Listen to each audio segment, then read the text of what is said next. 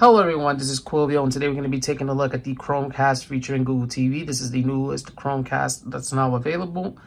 And if you're interested in buying this, I'll have a link in the description below. So let's get right to the review. First off, I love the white design.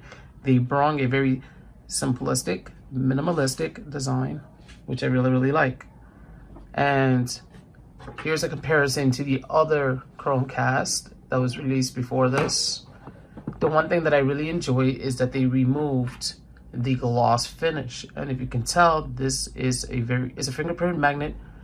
And I know that a lot of people are gonna say, "Oh, but it's gonna be on the back of your TV. You're never gonna touch it." But it also scratches up pretty easily, even with you not even touching it.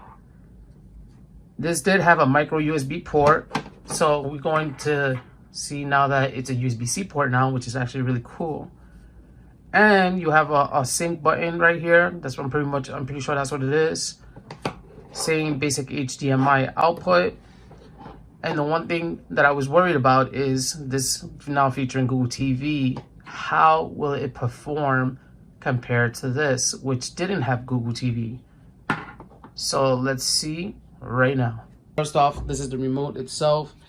And if you're coming from a Roku, it's actually very similar to the volume layout. It'll be right here on the side. But the one complaint that I have about this remote already is that it's way too small for me.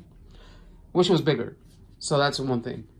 But you have your little toggle right here. This is actually when I first saw this, I was like, where's the rewind button, the fast forward button? It's actually integrated with this button kind of type wheel. It's not even a wheel, but it looks like it. So to pause it, you'll press the button in the middle, rewind, fast forward, and then top and bottom right here. Here you'll see the back button right there. This is your Google Assistant button right here, your home button, mute, YouTube, Netflix, power, and I think this might be a menu key. I'm not sure about that. I haven't tested that out yet. Actually, we can test that out right here. It's not really doing anything, but not sure what this is. Other than that, really good remote, and it's white. And just know, the actual remote is actually good. It's laid out pretty well, very simplistic and minimalistic, but you have to remember that it is small. So let's get right to the actual Google TV itself. With Google TV now being available in Chromecast, you no longer have to rely on just your smartphone. One thing that I personally did not like about the Chromecast, even though it was very convenient, was you always needed the phone with you and you didn't have access to a remote. But now you actually have access to a remote. And I was a little iffy about this because the actual box itself, the device that you connect to your TV, is actually pretty small, so I didn't know how powerful it was. So one thing that I will say is it's that it can be laggy, but it's only when you first start it. Everything else, when they load, it's pretty smooth, as you can tell right here. This is the front. One thing I like is that they included a section right here where it says top picks for you. And as you can tell from right here, you'll see Prime Video, Netflix. So it's from different sources. You don't actually have to go to your app, to your specific apps, in order to get recommendations for movies from different platforms. Here are the apps that are available that I already downloaded. You got Netflix, YouTube, Prime Video, Disney, YouTube TV, Sling, Hulu, HBO Max, YouTube Music, Stars, Epic Now, Showtime.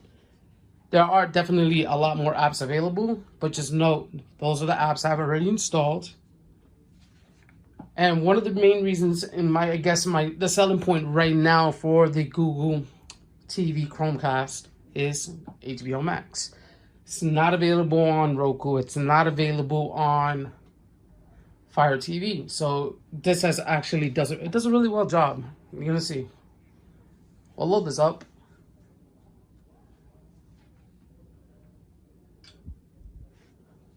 Select my name. As you can tell, a little bit of a frame rate drop right there, but other than that, once it's already loaded, it's pretty smooth, as you can tell right here. So let's go back. The main thing we want to do is just test out apps, keep opening them, so you guys can see how smooth this is. So this is Netflix. Actually runs really smooth. Actually kind of better than Roku. the HD box that Roku has. So it does a really good job with that. Then you have Google Assistant. So you can be like, how's the weather? Currently, it's 69 and partly cloudy. Tonight, the forecast is around 67 and partly cloudy.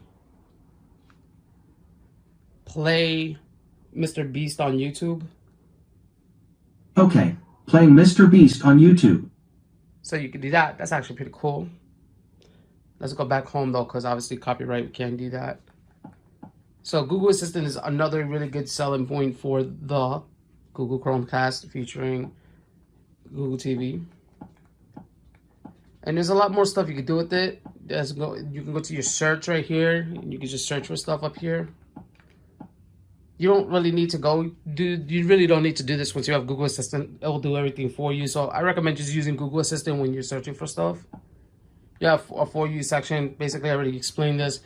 This is just your apps and your recommendations. Then you have movies up here and TV shows. And then when you want to actually look for apps, you just go to apps on the top. You'll see your apps, but then you go to app categories, and this is where you're actually going to find other apps you can download. This is your library. And that's pretty much it. I think that it does a really well job. It doesn't really lag much. From the beginning when you start it up and power it up, there's going to be a little bit of a lag, and you'll notice it. But once all the apps are loaded and everything is loaded, it's actually really, really smooth with a bit of a frame rate issue, just a little tiny bit. And you have to really be looking for it. Other than that, that's my review. Peace.